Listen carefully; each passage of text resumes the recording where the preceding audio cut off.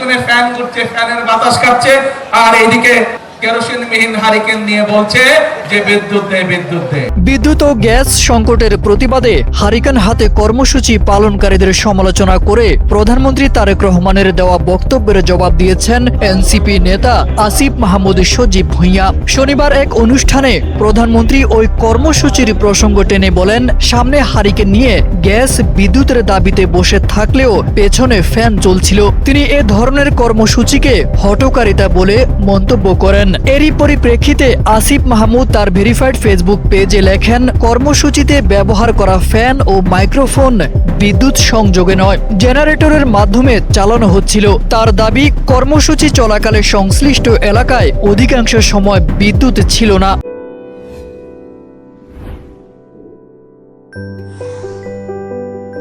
এদিকে প্রধানমন্ত্রী তারেক রহমান বিরোধী দলগুলোর প্রতি গ্যাস বিদ্যুৎ সংকট সমাধানে বাস্তবসম্মত পরিকল্পনা দেওয়ার আহ্বান জানিয়েছেন। তিনি বলেন, কোন দলের পরিকল্পনা আগামী 3 থেকে 6 মাসে জ্বালানি সংকট সমাধান করতে সক্ষম হলে সরকার তা গ্রহণ করে বাস্তবায়ন করবে।